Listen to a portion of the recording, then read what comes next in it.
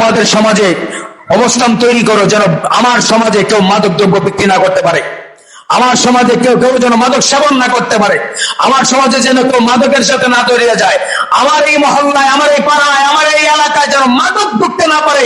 তোমরা যুবকরা সেই ব্যবস্থা করো, যুবকদের হাতে মুরব্বীরা তুলে দেন, দেখবেন এই সমাজ থেকে মাদক উৎখাত হয়ে যাবে।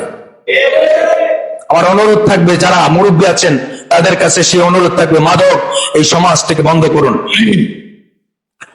কথা বলে না?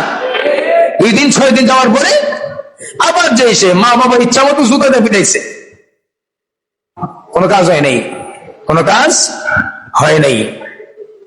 কিন্তু আমি বলবো, আপনারা যারা সমাজের সেবক আছেন, বর্তমানে কিন্তু বাংলাদেশে মাদক দ্রব্যের বিরুদ্ধে খুব কঠিন হুঁশিয়ারি চলছে।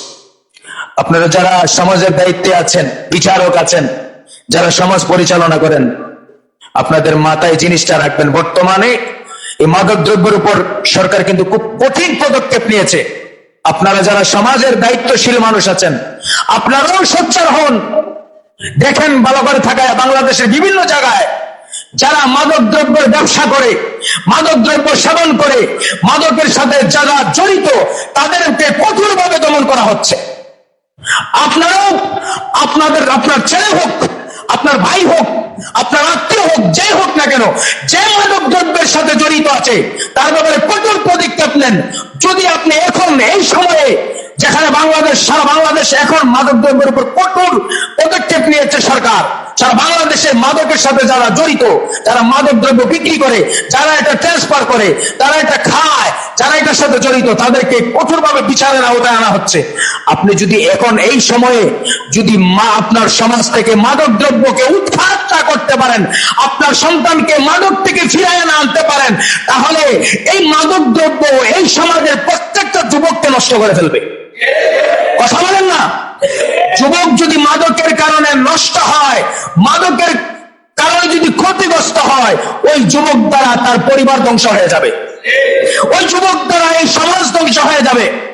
তাহলে সমাজ যদি বাঁচাতে হয়, দেশ যদি বাঁচাতে হয়, আপনার পরিবার যদি বাঁচাতে হয়, আপনার সন্তানকে যদি বাঁচাতে হয়, সবাই যার যার জায়গা থেকে মাদক দ্রব্যের বিরুদ্ধে, মাদক সেবীদের বিরুদ্ধে, মাদক বিক্রিকারীদের বিরুদ্ধে কঠিনভাবে সোচ্চার হন। যার যার জায়গা থেকে প্রতিরোধ গড়ে তোলেন, মাদক বন্ধ করেন, দেশ বাঁচান, জাতি বাঁচান, সমাজ বাঁচান, আপনার সন্তানকে বাঁচান। কথা বলেন ঠিক না বেঠিক? এখন এই সময় চুপ থাকবেন না। যেখানে অন্যায় দেখবেন, ব্রাহ্মণবাড়িয়ার বিচার অনলাইনে ভাইরাল হয়ে গেছে, দেখেন মাদক দ্রব্যের বিচার ব্রাহ্মণবাড়িয়ায় এমন কঠোর ভাবে বিচার করেছে, যে বিচার আমার মনে হয় কিয়ামত পর্যন্ত বাংলাদেশে নজির হয়ে থাকবে। এই মাদকের বিচার করেছে। আপনারাও সোচ্চার হন। বসে আছেন কেন? ভয় পান কেন? মাদক দ্রব্যের সাথে জড়িত, মাদক বিক্রি করছে, দেখবেন সাথে সাথে এলাকার যুবকরা যারা আছেন, মুরব্বী যারা আছেন, সাথে সাথে তাকে ধরে বিচারের আওতায় এনে আইনের হাতে তুলে দেন, মাদক বন্ধ করেন। না হলে আপনার ছেলে, আপনার ভাতিজা, আপনার ভাগিনা, আপনার পরিবার, আপনার সমাজ, আপনার রাষ্ট্র ধ্বংস হয়ে যাবে, নষ্ট হয়ে যাবে। আপনার ছেলে যদি ধ্বংস হয়ে যায়, শুধু আপনার ছেলে ধ্বংস হলো না, আপনার গোটা পরিবারকে সে ধ্বংস করে দিল। সুতরাং অনুরোধ থাকবে, যারা সমাজের দায়িত্বে আছেন, চুপ হয়ে থাকবেন না, বিচারের আওতায় আনেন, কঠোর পদক্ষেপ নেন।